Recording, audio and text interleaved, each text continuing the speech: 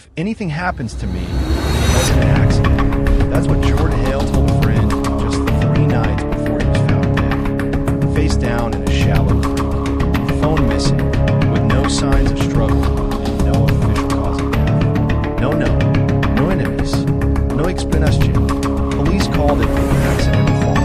His family called it cover-up. Jordan worked in digital forensics.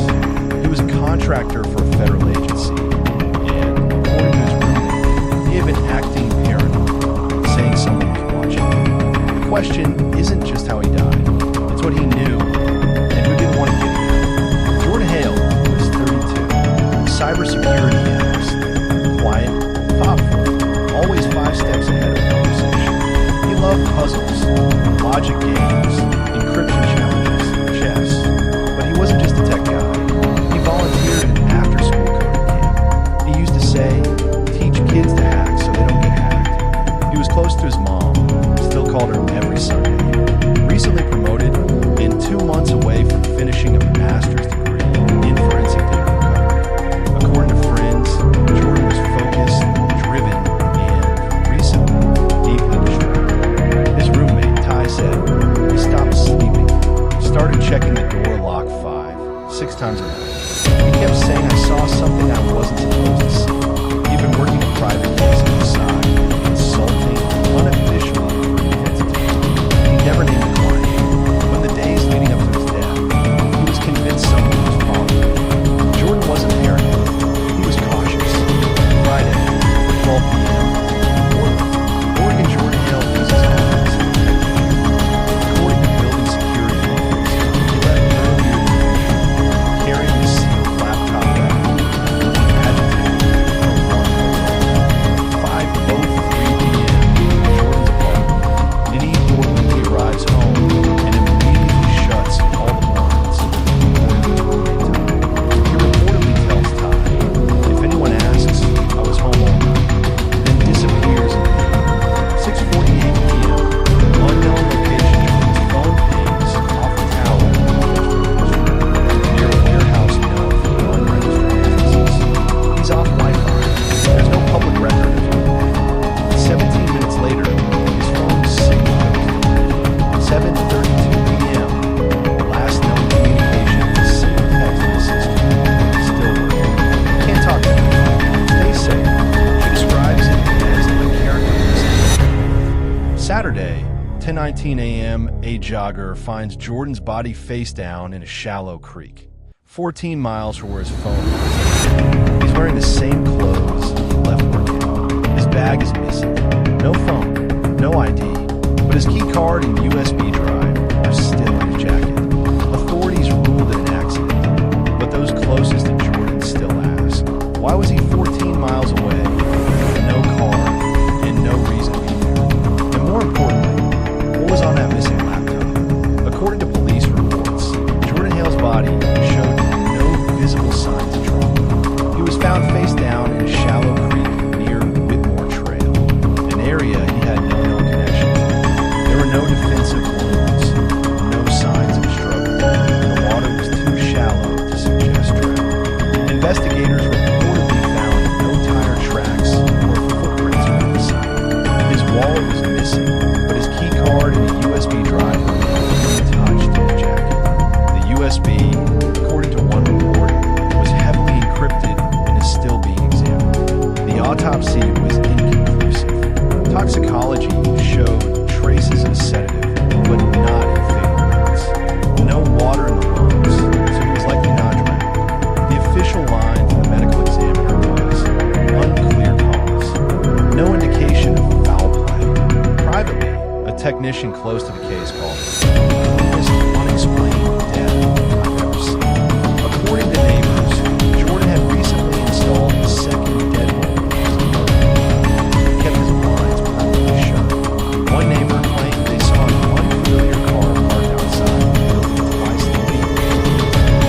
Another reported hearing Jordan arguing on the phone before he disappeared.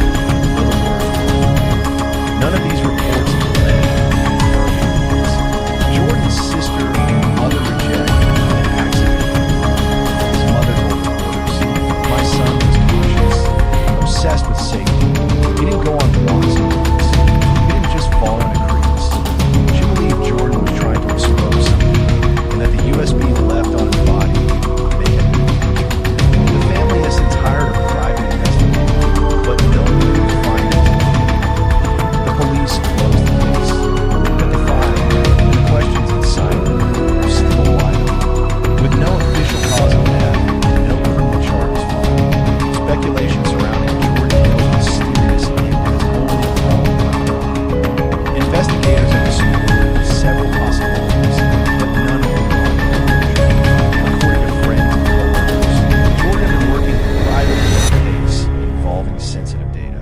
He was consulting unofficially for a defense attorney and reportedly claimed he'd found evidence that could ruin something. Theories suggest that someone may have learned what he knew and acted before he could go public. Some believe the missing laptop may have contained key evidence.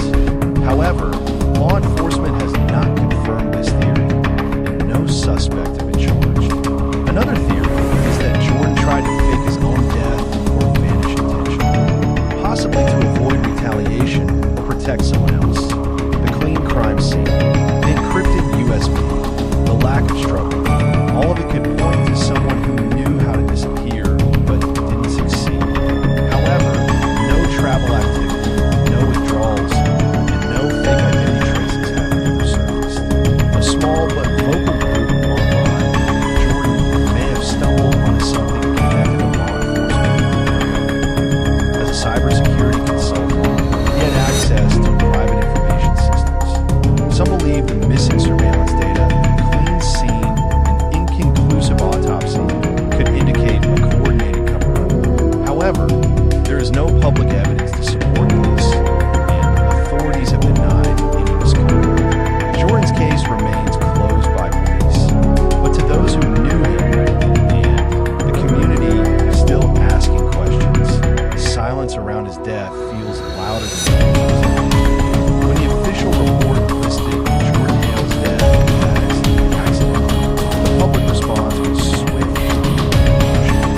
His friends, his family, and thousands of strangers online refused to accept that a healthy, cautious man just vanished in silence without cause. Jordan's mother had spoken in interviews only a handful of times, but in one moment, she said, "He told me someone was watching. I believed him. I still do." The family maintains that Jordan did not die by accident. They have funded a private investigation for over 2 years, even with local authorities. Jordan's story resurfaced on TikTok and Reddit in early 2024 under the hashtag #WhatDidJordanKnow, which has since gained over 6.1 million followers. Digital sleuths reanalyzed the location where it was found, and several creators began exploring a pattern of similar unsolved cases tied to encrypted USB memories.